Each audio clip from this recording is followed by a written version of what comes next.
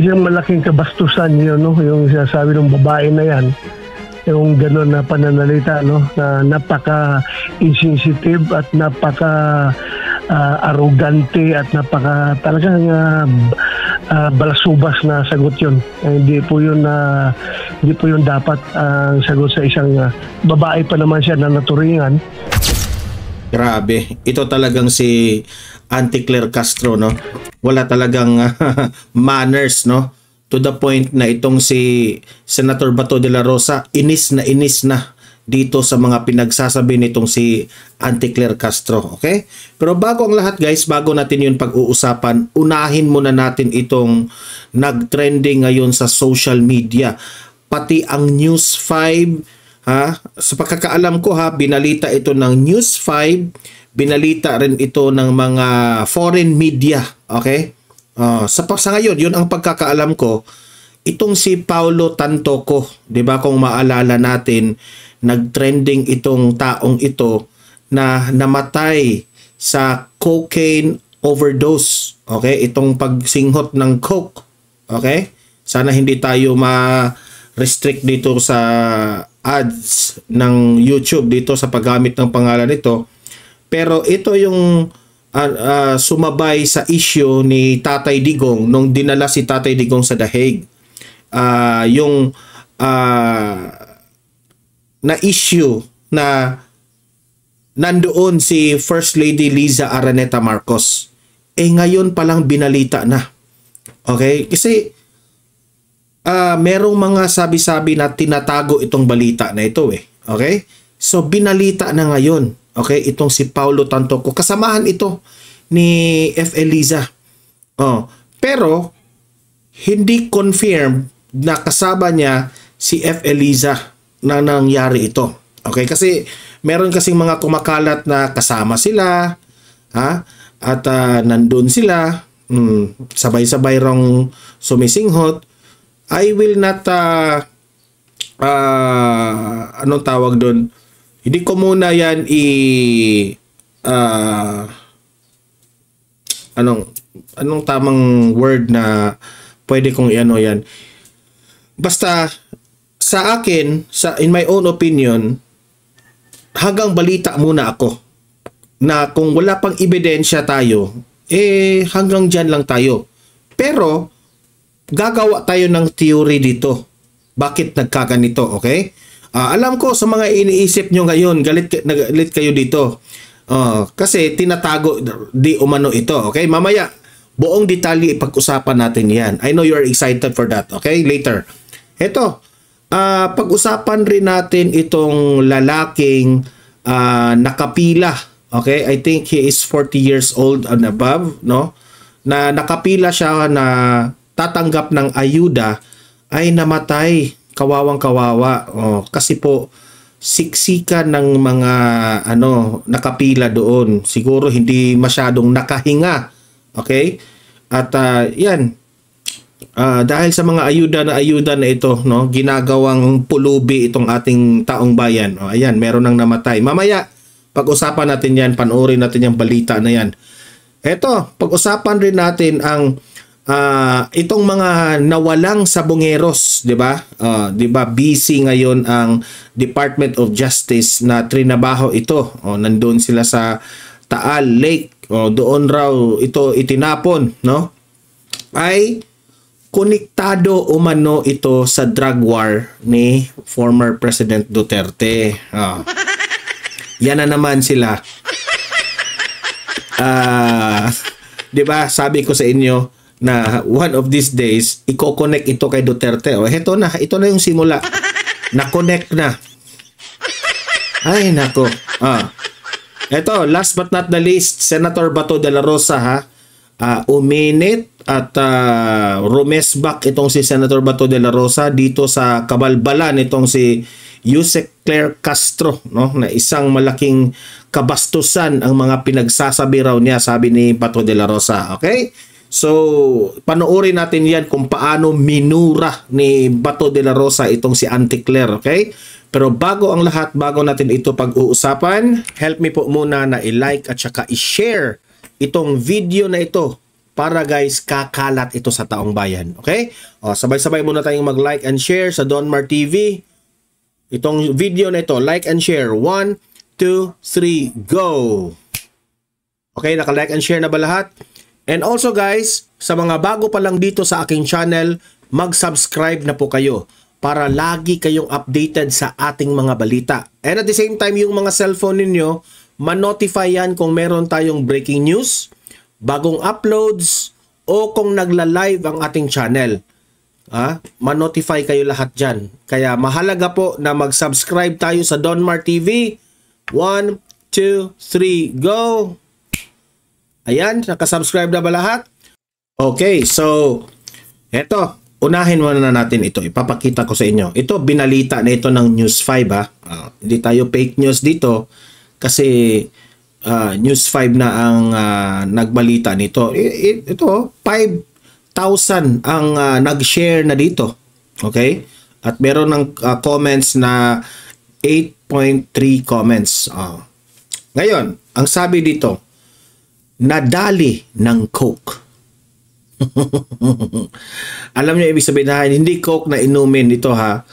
Nasawi ang 44 anyos na negosyanteng si Juan Paulo Tantoco dahil sa umano'y Coke na overdose ayon sa opisyal na medical report na inilabas ng Los Angeles County sa Amerika.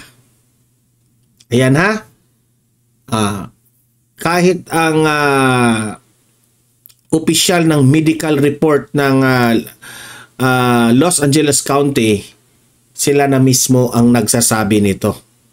Dinideny nila ito dati, di ba? Itong mga vloggers ng mga bangag, di ba? Dinideny nila, ayaw nilang aminin ito. Ngayon na binalita na ito. Anong masasabi nyo dito? Mag-comment na kayo. Sinabihan nyo pa kaming fake news dati based sa findings ng medical examiner, merong medical examiner ha. So hindi nyo matatawag ito na fake news kasi meron talagang scientific na explanation. Based on the findings sa medical examiner, ang cocaine effects ang sanhi ng aksidenteng pagkamatay ni Tantoco sa loob ng isang hotel. Anong hotel ito? Sa California noong March 8, 2025. Di ba? Issue ito nung dinakip si Tatay Digong. March 11 ba yung nangyari kay Tatay Digong? Sinabay ang balita na ito. Nasabay. So, ang tanong, Donmar, anong connection ni Paulo Tantoco kay First Lady Liza Araneta Marcos na nag-trending ito dati? Ano ba ang ginawa ni F.L. Liza? Magkasama ba silang dalawa? Mga tanong ha? Sabay ba silang sumisinghot? Yan ang mga tanong, di ba? Sino ba itong si Paulo Tantoco? Bakit pilit na marinig natin ang pangalan ni F.L. Liza? Base sa ating pagre-research, ito lang naman ang lumabas.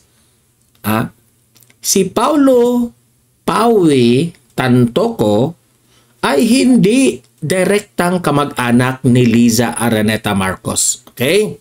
Hindi sila kamag-anak.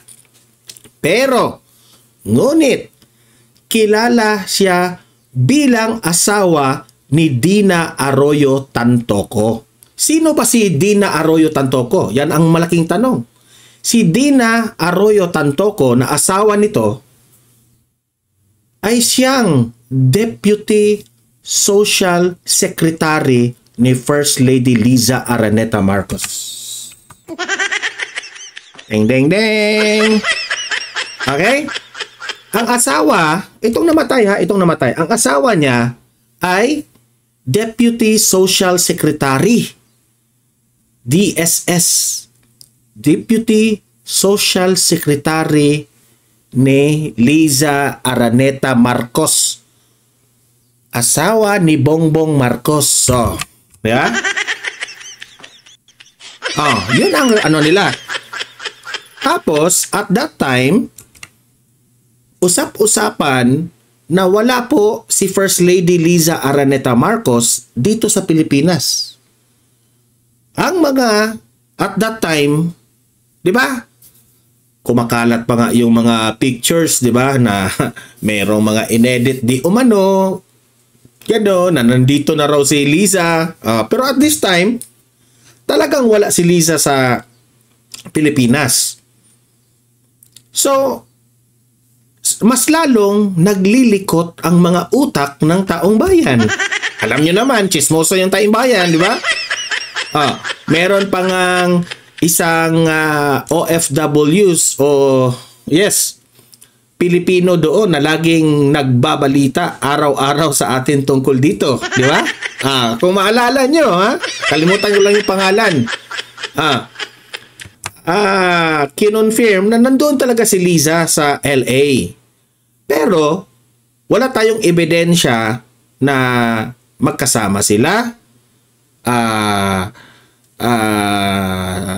Nandoon sila sa hotel na parihang hotel. Okay? So, ito yung malaking question na hindi mo tayo nag-aakusa, nagtatanong lang tayo. Kasi po, big deal ito, no? Imagine, ito tandaan nyo, imagine, namatay itong si Paulo Tantoco sa isang hindi magandang tingnan na pagkamatay kasi po, overdose ng Coca-Cola. Hindi literal na Coca-Cola, alam nyo na kung ano ibig kong sabihin. Namatay sa polvoron. Yun.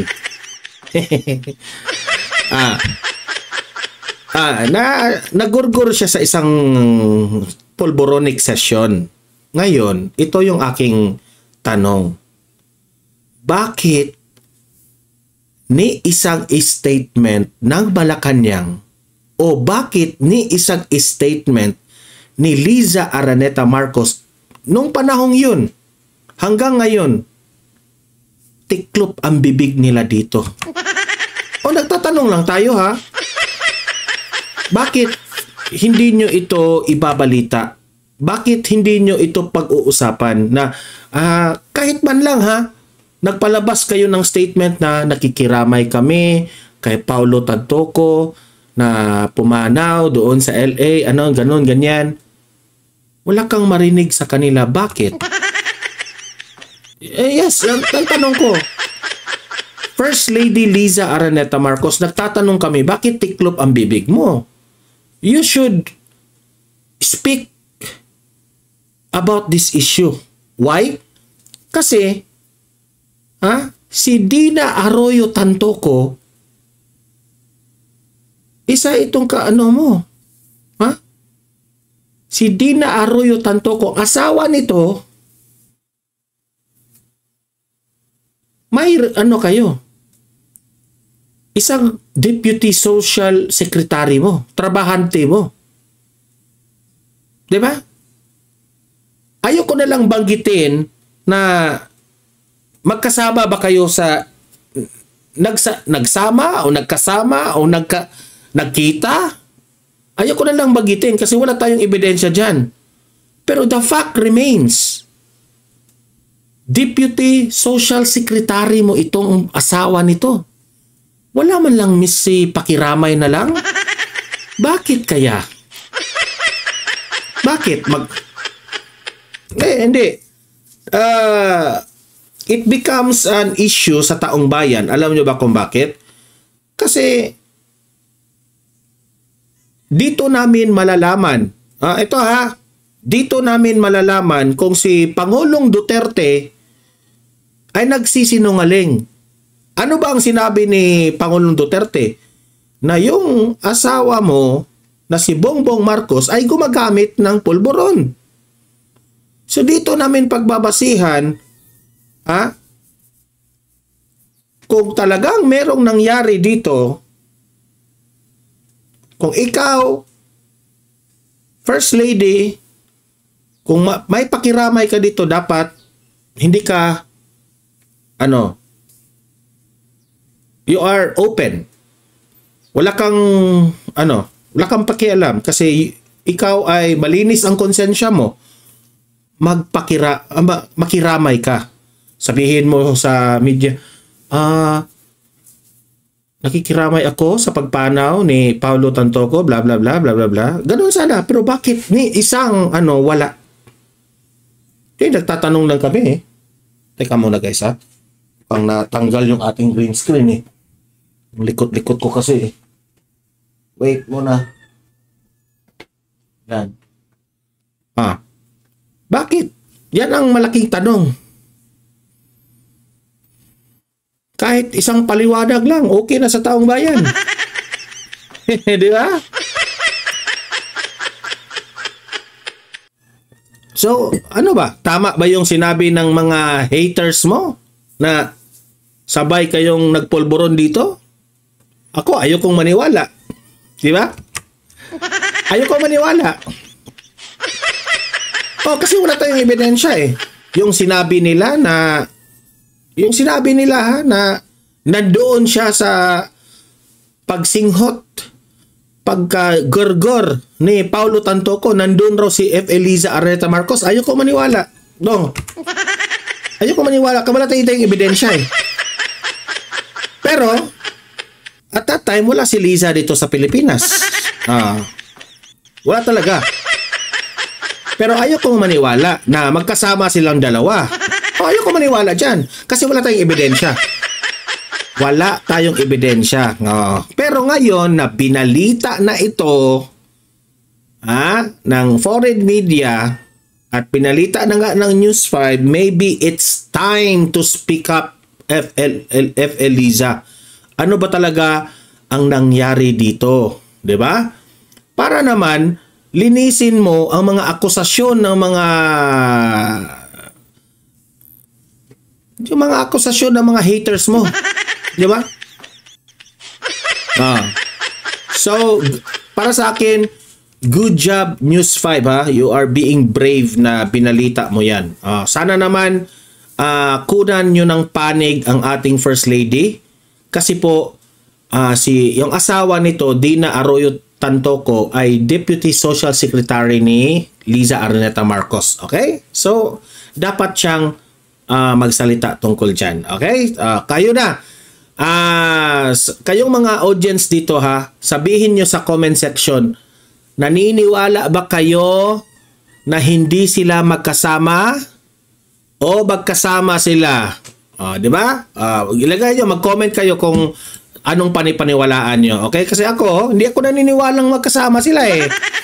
Hindi ako maniniwala eh. Hindi ako naniniwala na may kinalaman si F. Eliza dito. Hindi ako naniniwala. Kayo, kung naman naniniwala kayo, mag-comment kayo sa ilalim. Okay? So, heto. Punta tayo dito sa balita na ito. Nakakalungkot po itong balita na ito. Panoorin natin.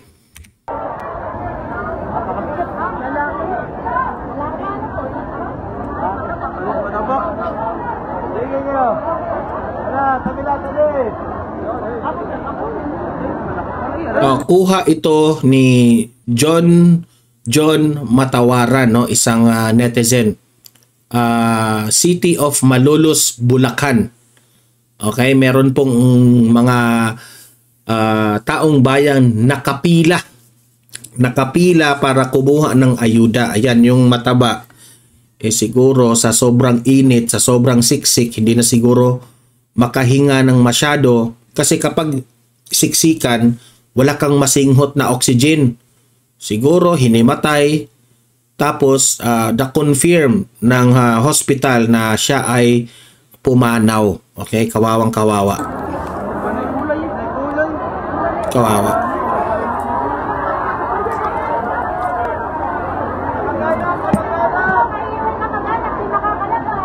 Ayan sobrang siksikan yung nakapila. Kawawa. Meron pang I think ang anak niya yun at ang yung asawa, oh. Meron pa lamang batang anak. Kawawa. Kawawa talaga, guys.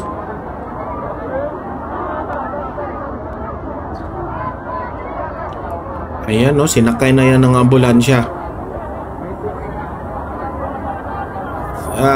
Sa mga ano yung mga tumutulong dyan maraming salamat sa mga tumulong.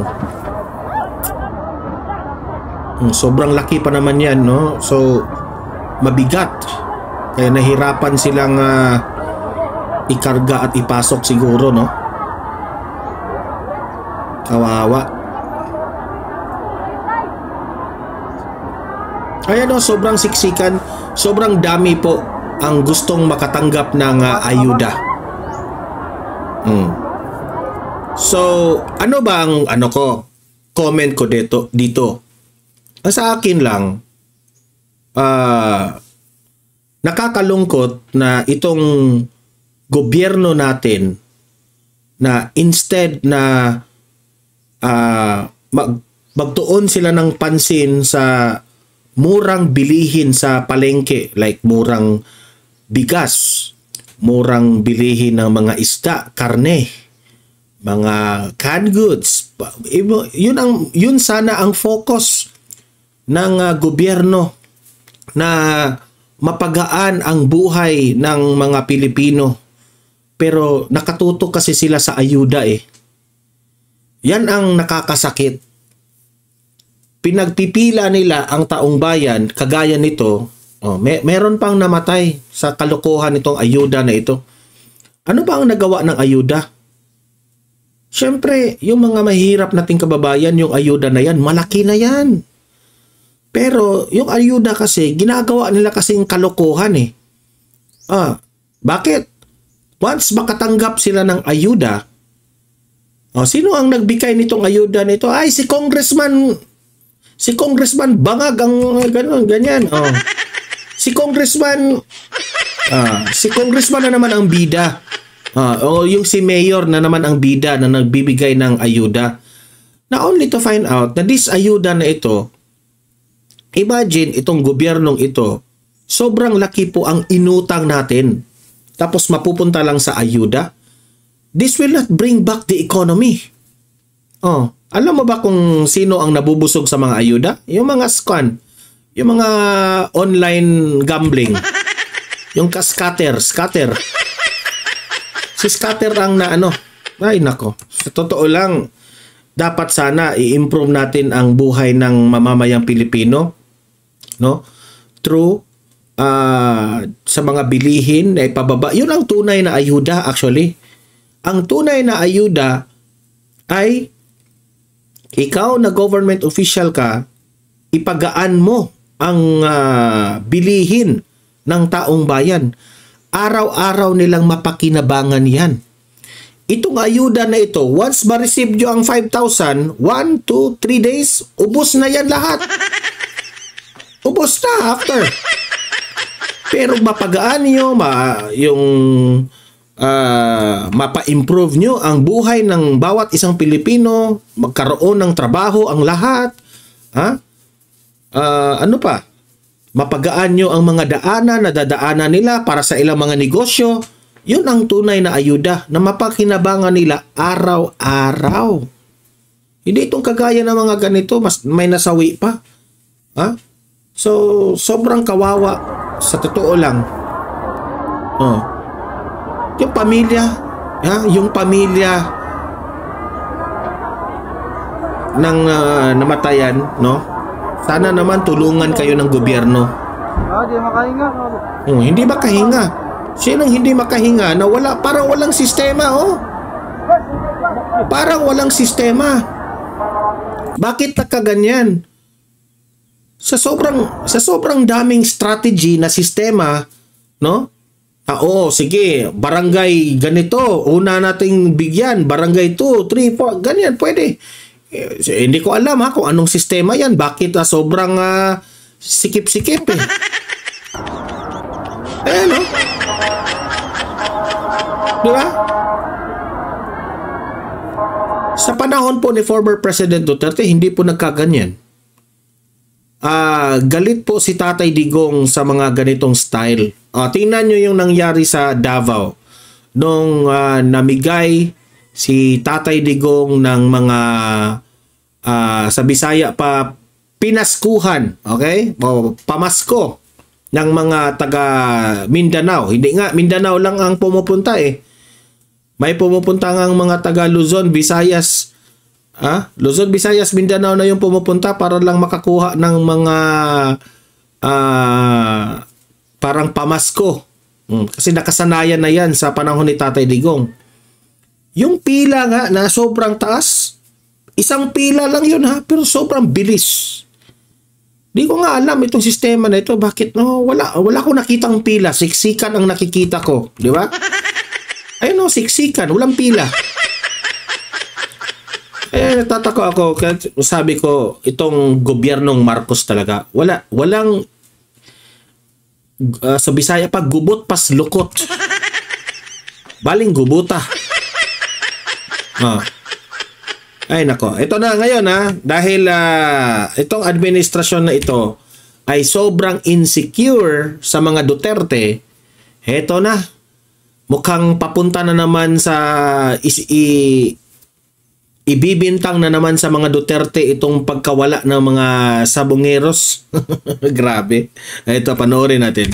Bukod sa na-identify ang 15 pulis, ang DOJ mayroon pang tinitignan na 25 to 30 na miyembro ng PNP na posibleng dawit sa pagkawala ng mga sabongero. At base sa intelligence ng ahensya, may kinalaman umano ang drug war ni former President Rodrigo Duterte sa kasong ito. Narito ang report ni Ivy Reyes. This investigation is not at all personally driven or directed at any particular group of persons. Ito ay ebidensya lamang. Nadadawit man ang pangalan ni business tycoon Charlie Atong Ang at actress na si Gretchen Barreto, nilinaw ng Justice Department na hindi sila nakatuon sa iisang tao lang. Pero sa lahat ng witnesses sa kaso ng mga nawawalang sabongero, tingin ng ahensya, credible ang mga pahayag at isinumiteng dokumento ni Julie Dondon Patidongan o alias Totoy. Dahil sa mga narikobe na sako ng buto sa Taal Lake nitong mga nakaraang araw, sinabi ni DOJ Undersecretary Raul Vasquez na mukhang hindi na lang basta haka-haka ang statements ni Totoy ngayong may mga lumilitaw na hinihinalang ebidensya. Yun nga lang, bagamat ilang linggo nang umuugong ang balitang ito, hanggang ngayon wala pa ring formal na reklamo mula sa kahit na sino kaya't hindi mabuksan ang formal na investigasyon. Sa Lunes nakatakdang maghain si Totoy ng reklamo laban sa mga pulis na nabanggit niyang sangkot sa kaso. Sa panayam ni Justice Secretary Boying Remulla sa On Point ng Billionaire News Channel, bukod sa 15 identified cops, mayroon pa silang tinitingnan na 25 to 30 na posibleng dawit sa pagkawala ng mga sabongero. Base sa intelligence nila,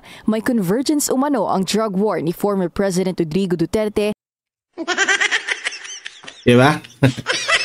Kapag imagine yung yung whistleblower na si Totoy, hindi man siya nag-mention ng Duterte, di ba? Walang Duterte narinig. Pero kung si Remulla na ang tatanungin, may Duterte, may kinaugnayan sa drug war ni Duterte. Ang sakit sa bangs. Di ba? Mas, alam mo, sa totoo lang, Remulla, mas malala ka pa sa, mas malala ka pa sa whistleblower. Mismong whistleblower, imagine that one, mismong whistleblower, hindi nga nagbanggit ng Duterte. Pero si Remulla, may kinalaman ang drug war ni Duterte. Ay, naku. At ang kasong ito, paglilinaw naman ng DOJ ngayong araw, don't put too much color into words. Mahirap kasi mag-speculate lalong-lalo na ngayong dumadami ang mga anggulo. Do not speculate, pero ikaw yung ang dami mong sinasabi. Ay nako. Sabihin mo yan sa sarili mo. Everything is fluid sa ngayon kasi, yung numero nga na 15 na sinabi, yan ay initial lamang Potentially, habang lumalalim yung pag-aaral at pag-imbestiga, lumalawak naman ang intindi natin sa nangyaring bagay na to, malamang baka madagdagan. Tumanggi na rin magbigay ng komento si Vasquez sa mga online comments na nagsasabing nagtatanim ng buto ang ahensya para may maipakitang resulta sa publiko. Anything is possible. Ito ang paalala ng DOJ sa publiko. Madali raw gumawa ng istorya at madali rin umatras kapag walang ebidensya. Kaya sa ngayon, dumedepende lang umano ang ahensya sa material evidence. Para sa Agenda Weekend. Ay, naku. Alam mo, sa totoo lang, no? Ang napansin ko dito sa Administrasyong Marcos, sa mga kapalpakan nila, na wala silang maipakita sa taong bayan na improvement ng ating gobyerno, improvement ng ating bansa. Wala silang maipagmayabang.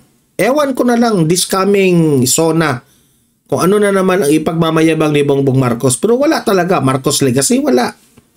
Ang alam lang nila, sisihin ang dating administrasyon. Yun lang. Doon sila magaling. Siguro nga lagpas na kayo sa kota, no? Sa sobrang daming isinisisi nyo sa administrasyong Duterte. Lumagpas na kayo sa kota. Grabe.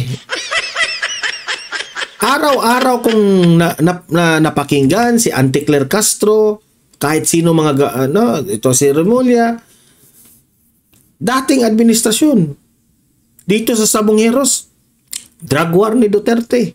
Kaya hindi na ako magtataka na mismo sasabihin nila one of these days, siguro theory ko lang ito, pwedeng mangyari ito, pwedeng hindi ito mangyari, pero hindi na ako magtataka kung one of these days sasabihin nilang si Duterte ang naggurgur dito sa mga Sabongeros. Aabot na sa point na si Duterte ang may utos dito sa mga Sabongeros na gurgurin, di ba? Hindi na ako magtataka kung ganun ang script nila. Ay, nako, grabe. Sige na lang. Wala tayong magagawa dyan eh. Sila yung nasa posisyon, tingnan lang natin, ha? Ang karma ay ang gaba, dili magsaba. Yan ang sabi ni VP Sara. Ito. Panoorin natin kung paano minura nitong si Senator Bato de la Rosa itong si Castro. Ito. Senator Bato, pasok. Si Senator Ronald Bato de la Rosa. Senator, yung tanong ko po sana, kung marami po yung nalulungkot at nababahala, yung Malacanang naman po, yung pahayag ni Yuse Claire Castro na mag-exercise na lamang, mag-exercise na lang si dating Pangulong Duterte, kaugnay nga dito sa health condition niya. Ano naman po yung dating para po sa inyo, Senator? Isang malaking kabastusan yun, no? Yung sinasabi ng babae na yan. Claire, ang kalaking kabastusan mo raw, sabi ni Senator Bato. Bastos ka pala, Claire. Sabi ni Bato. Yung gano'n na pananalita, no? Na napaka-insensitive at talagang napaka-insensitive. Hindi na inisip ni Claire Castro na matanda na si Tatay Digong. Walang puso yung babaeng yan eh. Walang puso yan. Arrogante at arrogante talaga. Di ba? Kung umasta, attorney daw siya. Attorney, pero yung pananalita, vlogger. Kaya arrogante eh. Sobrang arrogante. Kapag sasabihin mo kung ano ang nagawa ng kanyang among bangag ng administrasyon, wala siyang detalye na maipakita. Di ba? Wala siyang detalye. Pero kung pasasalitain mo tungkol kay VP Sara o ni Tatay Digong, marami siyang statement. Alam niya, basta Duterte na ang pag-uusapan. Ang dami niyang satsat. Dami niyang fake news na isasabihin. Pero kung Claire, anong barangay yung pangalan ng barangay na na-clear na sa drug-free na? Walang maibigay. Diba? May tupak yung utak, bobo. Talagang balasubas na sagot yun. Sobra pa sa balasubas. Sobra pa. Hindi po yun dapat ang sagot sa isang babae pa naman siya na naturingan. Kung makapagsalita ng gano'n ay parang napakabastos talaga. Hindi ko I don't Kaya isa yan sa mga dahilan na bumaba ang survey ni Bongbong Marcos. comment yung mga pinagsasabi niya kasi nakakakuan talaga, kumukulo yung dugo ko, pero wala talaga parang siyang hindi taga-gobyerno, no? Anong klaseng gobyerno kung yan ang ganyan klaseng magsalita, yung tagapagsalita ng ating gobyerno, it represents the kind of government that we have. Correct. Napakawalang puso, napakabastos, napaka evil kung Imagine that one, tinawag ka ng evil ni Bato. Napaka-evil mo. ating pakinggan, no? Kung ikaw ay Ano ibig sabihin ni Bato? So, ito ang isang type ng tao na matatawag mo na walang pakiramdam. No? Kahit man lang inisip niya na matanda na, at hindi lang ito basta-basta matanda. This is our former President of the Philippines. At minahal ito ng majority of the Filipino people. Tapos gaganyanin mo? Wala kang respeto, Claire. tao na tumitingin ng pagrespeto sa matatanda na may sakit. Tama, may sakit pa. Ikaw daw, Claire. No? Ayoko mangyari sa ito, pero gusto ko maramdaman mo. Try to imagine. What if tatay mo ito? What if yung tatay mo? May karamdaman, tapos gaganyanin mo. Ano kaya ang mafe-feel mo? Di ba? Bastos ka eh. Paka-evil yung dating na mga sinasabi niya. Opo, Senator. Yung resolusyon ho ba? Kasi marami po nagtatanong, papaano po, ano bang kapangyarihan ng resolusyong itong inihain dyan sa Senado sa pagpapauwi, na kayang pauwiin kung baga ang dating Pangulo, considering na itong mga pahayag ng Palasyo ng Malacanang, may naririnig ho ba kayong willing din po silang mag-participate o makipag-ugnayan po sa mga kinaukulan para mapauwi dito? May effort ho bang nakikita po ninyo na pabalikin dito si dating Pangulong Duterte? Yung namang power na isang resolution ay ang kanyang yung kanyang effect is dyan makikita yung respetuhan at kooperasyon ng bawat equal branch of government ng ating gobyerno, equal branch of government.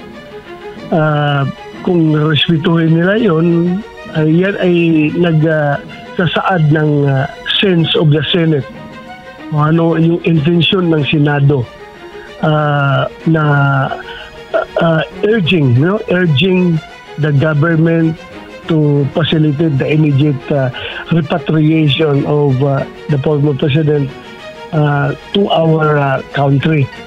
So kung yan ay, kung sila ay respeto sa kanilang co-equal branch of government at bibigyan nila ng weight yung sense of the Senate, then sana gagawa sila ng action according to the sense of the Senate. No? We are urging them to cause the immediate repatriation of the former president. So kumilos din sila. Ipakita nila na sila ay nagrespeto at sila nakikinig sa kanilang co-equal branch of government. Kasi kung wala nang respetuhan, wala nang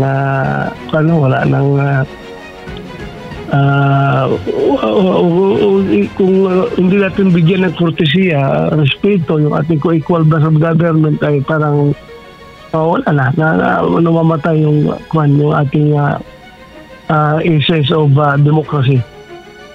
Opo. At itong mga resolusyong ito ay kinakailangan po ng boto o suporta ng majority. Tama ho ba, Senator? At kung inyo pong makikita ngayon, may sapat ho ba na bilang para makakuha po ng majority vote o suporta mula sa Senado itong mga resolusyong itong inihain po ng inyong mga kalyado? So nakikita ko, Para sa akin, bago nila final yung resolution na yan, alam ni na Senator Bato, Robin Padilla at itong si Bongo na may suporta ito sa mga senador. sigurado makakuha ng majority yan dahil ako tingin ko what bad will it give to the senators kung i-consider nila yung humanitarian na aspect ng situation. Mga senador yun lang ang masasabi. Ito, payo ko ito sa mga senador. Kung susuportahan ninyo itong resolution na gagawin ni Bato, Robin at ni Bongo, tandaan nyo na ang taong bayan ay nakatutok dito. Kapag especially yung mga senador na tatakbo sa 2028, kayo, yung magpa-re-elect, no? Kayo, kung mapapansin ng taong bayan nga kayo po ay nakasuporta dito, malaking chance na manalo kayo. Kasi alam nyo, kahit mga kalaban ng mga sabihin nyo, ito mga kalaban ng mga Duterte, ito mga Pinklawan, Dilawan, mga loyalista, kahit sabihin nyo na kung anong ibinabato niyo dito kay Tatay Digong, you cannot help but alam ko na alam nyo na majority of the Filipino people loves Duterte. Kahit iiyak pa kayo dyan ng iiyak. Ngayon ni Pangulong Duterte, nakalimutan na nila yung about sovereignty, about reconciliation. Doon na lang tayo mag-focus sa humanitarian consideration. Siguro hindi naman masama. Ang ganda nga ng paliwanag ni Panelo when it comes to the ICC, di ba? Bakit naman natin na kailangan ng ICC na insulto sa atin yan? Ang bansang Pilipinas, ang justice system natin ay gumagana po. Kaya nga, walang jurisdiction na ang ICC sa atin. It is a slap on the face of the Filipino people. Bakit ngayon na itong former president natin nandun ngayon sa ICC? Meaning to say, ganun po, pinakailaman tayo. Pinakailaman tayo. Wala silang takot na hinuli nila ang isang Pilipino na former president pa Wala silang takot. Ganyan kababaw ang Pilipinas at ganyan kababaw ang tingin nila sa atin. Kasi ang unang dahilan dyan, weak yung presidente natin. Weak talaga yung presidente. Yan. Kasi yung mga kasamahan natin mga senador, majority niyan naman ay mga makadiyos at makatao. Hindi naman yan. Makadiyos at makatao yung mga senador yan. I agree with you. Pero itong si Claire Castro, satanas yan. Yan, isa, dalawa o tatlo o apat o lima o gano'n. Pero majority dyan ay makadiyos at makatao. Opo. At makabansa yung ating mga senador. Opo. Linawin ko lang po, Senator, itong dalawang resolusyon ito, suportado po ninyo. Itong kay Senator Cayetano under house arrest at ito naman kay Senator Robin Padilla gustong pauwin dito sa Pilipinas. Yes. Suportado natin yan. Suportado natin yan. Lahat ng mga resolution patungkol sa pagbabalik ni Pangulong Duterte dito sa ating bansa, whether house arrest or whether kung ano man, basta importante andito siya sa ating bansa at kung ano mang may mangyari mo sa kanya, na hindi maganda, andito lang siya. Ang Pilipino ay kagad ay andyan sa kanyang feeling. At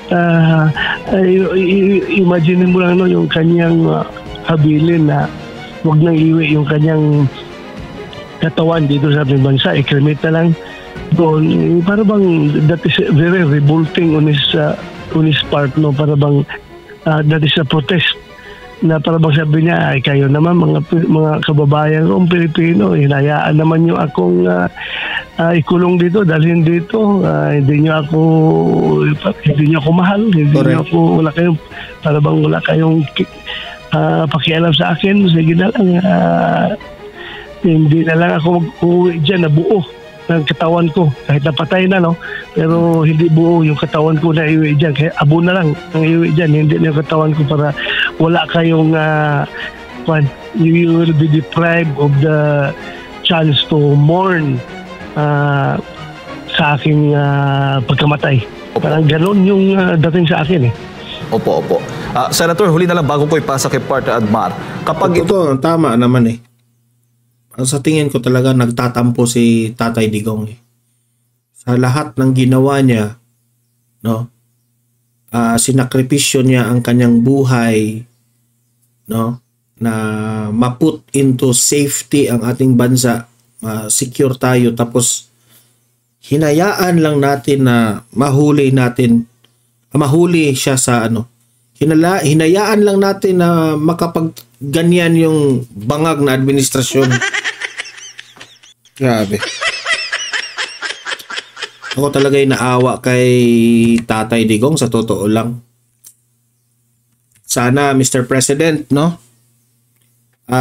Matulungan ka ni Senator Bato, Robin at ni Bongo. Kayong tatlo, na senador talaga, kayong tatlo. Naging senador kayo dahil kay former President Duterte. Kaya ipakita nyo sa kanya